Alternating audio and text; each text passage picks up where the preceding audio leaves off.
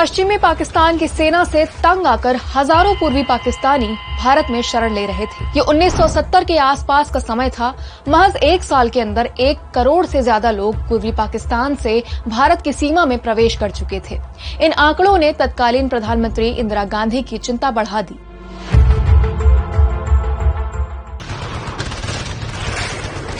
युद्ध के उस दौर में बिना डिप्लोमेटिक रिलेशंस के इजराइल ने भारत का साथ दिया था। इसके अलावा रूस भी भारत की तरफ दिखा, जिससे अमेरिका को झुकना पड़ा। 1965 के भारत पाक युद्ध के महज 6 साल बाद देश एक बार फिर मोर्चे पर था। इस बार पाकिस्तान के साथ अमेरिका, चीन और इस्लामिक देश समेत कई बड़ी ताकतें थीं।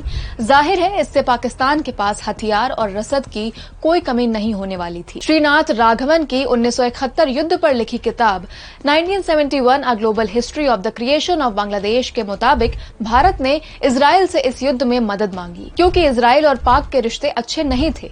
फ्रांस में भारत के राजदूत DN चटर्जी ने इजराइल से बात की। इस समय भारत और इजराइल के बीच डिप्लोमेटिक रिश्ते न के बराबर थे।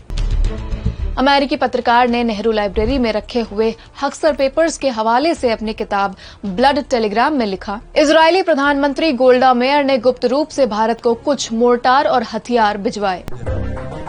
रिपोर्ट्स बताती हैं कि इजराइल ने कुछ दिन पहले ही अरब देशों के साथ युद्ध लड़ा था, जिसकी वजह से वहां हथियारों की शॉर्टेज चल रही थी, लेकिन फिर भी उसने भारत की मदद की। भारत और रूस ने 9 अगस्त 1971 को शांति और दोस्ती संधि पर हस्ताक्षर किए थे, और जब भारत पर संकट आया तो रूस ने इस संधि का बखूबी पालन किया, जिससे निपटने के लिए रूस ने परमाणु हथियार से लैस बेड़ा भारत की मदद के लिए भेजा। रूस के इस बेड़े में परमाणु हथियारों से लैस जहाज और पनडुब्बियां थी।